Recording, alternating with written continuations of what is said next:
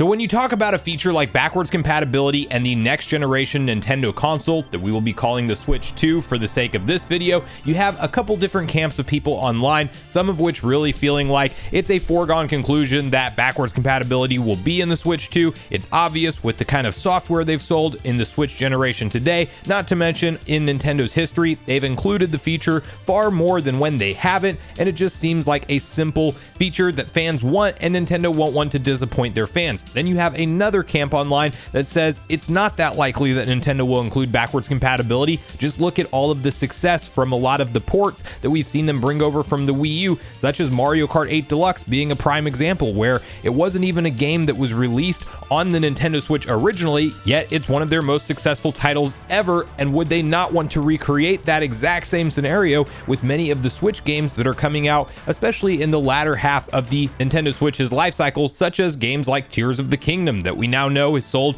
19.5 million copies, which is absolutely insane. But would Nintendo not want to make this version of Tears of the Kingdom that is currently being sold the only version of the game, and rather include an updated, graphically overhauled 4K capable game once again and resell it to us on their next generation hardware? And while we don't have official confirmation from Nintendo around this feature one way or the other, I think following their most recent investors meeting, we have enough evidence to really make a case that this feature will indeed be included on their next generation hardware, not to mention some other recent sightings, not to mention outside of that, we've talked about on this channel things like colored buttons popping up in current generation games, not just from a first party perspective, like Paper Mario Thousand Year Door and Super Mario RPG, which many fans thought maybe they're just paying homage to the original color scheme when those games were launched. GameCube had colored buttons, even though they didn't line up with the colors that we saw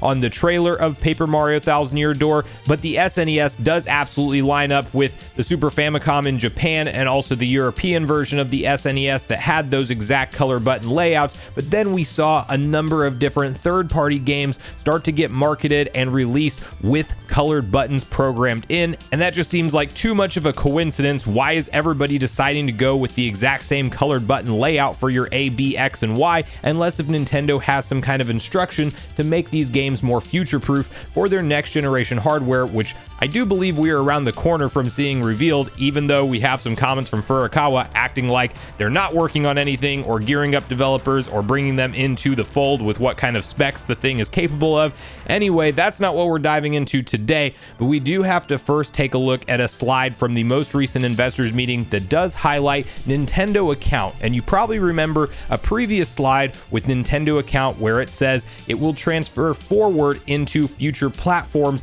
and that value added services within the Nintendo account would also roll forward. Many, including myself, kind of see that as not only cloud save data, but also things like Nintendo Switch Online, meaning you're not going to have to worry about resetting your entire library of all the games that have been added to NSO, where we're waiting for these drops to randomly hit on the next console as well. Everything we've established that we can play up to this point in time in the retro library of games, in theory, will all be there day one on next gen hardware, and that part was pretty much a safe bet. Even if Nintendo didn't do backwards compatibility from a cartridge and digital download perspective, they would at least do it when it comes to Nintendo Switch Online. But now you have a slide where they're once again promoting Nintendo account and what it means for keeping a relationship with their user base, but they're actually pointing out purchase history and save data specifically rolling forward. As you can see this following slide, which reads supporting long-term relationships with our customers. At the top it of course reads Nintendo account.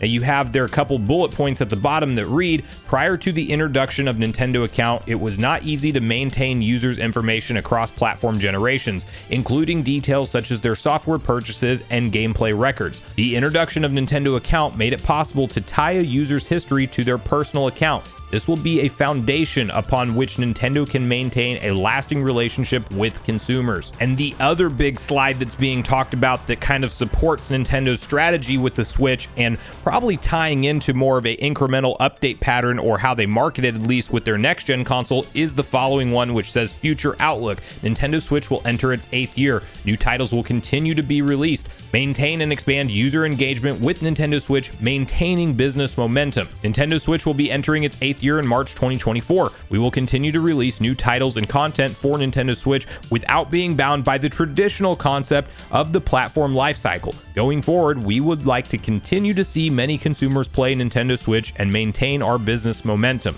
So the idea with all of this being officially talked about from Nintendo themselves is that they are viewing the Switch as a much longer lasting console that can be sold along something like the top tier premium brand new hardware. I think it will be more of a situation that when we see this Super Nintendo Switch or Nintendo Switch 2 or whatever it ends up being called, maybe something entirely new, that it will kind of be viewed as the top tier, top of the food chain of devices that Nintendo offers at something like a $399 price point, but it won't necessarily mean that you can't go get the current model Switch today for $299, or maybe we see the OLED replace the base model entirely and that's what Nintendo goes with, and you still have the Switch Lite at $199 and you have the OLED at $299, and then you have the more premium 4K capable via DLSS device being sold at $399. I could see a world where Nintendo treats this more of a mid-step, even though it really is a true next generation, and at some point they will make all of the games exclusive to that next generation hardware, but we might see them do something very uncharacteristic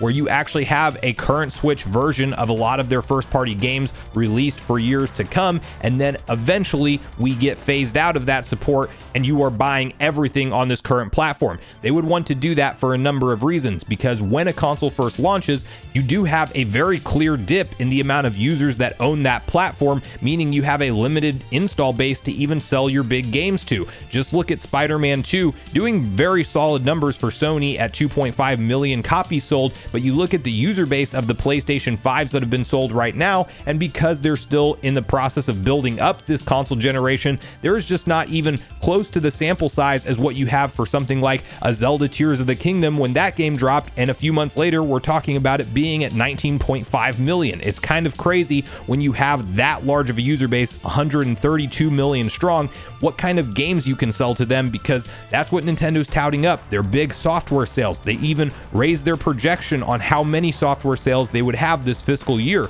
Games like Super Mario Bros. Wonder are doing incredibly well, over 4.4 million copies sold so far. A lot of the software that Nintendo will continue to release on the current platform, I do believe they will still want to market and turn around as a viable option to add into your gaming library when they launch the next generation hardware, and that more or less, in my opinion, rests the case on backwards compatibility when you stack it up with the fact that we're seeing colored buttons appear on Nintendo Switch games that are coming out right now for the first time just randomly, and you have Nintendo doubling down in their own presentations that Nintendo account is a win for them because you can transfer over your purchase history and save cloud data. Why do you need to know about your purchase history, and why do you care about your old save cloud data if your games don't work on this new console to begin with? Well, you clearly wouldn't, so it absolutely signifies that at the bare minimum, eShop downloads will be re-downloadable on the next generation hardware, and I think that Nintendo will indeed include a cartridge slot that does read the original Switch cartridges,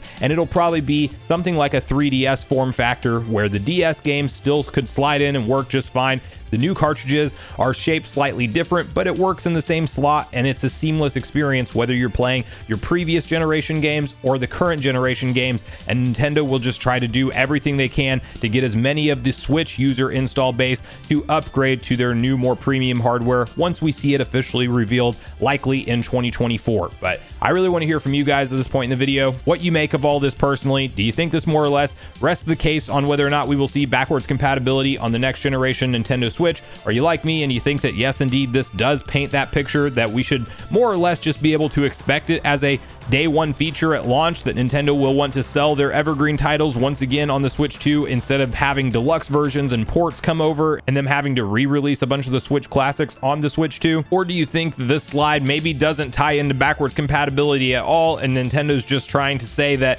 things like NSO will roll forward, but purchase history you can look at, but it doesn't really mean anything? I mean, I don't think that makes any sense, but I would love to hear your thought process if you do. So make sure you like, subscribe, and turn on your bell notification on your way out. Leave me a comment, as I do look forward to hearing all of your thoughts and opinions about this, whether you agree or disagree, and I will see you guys in the next video.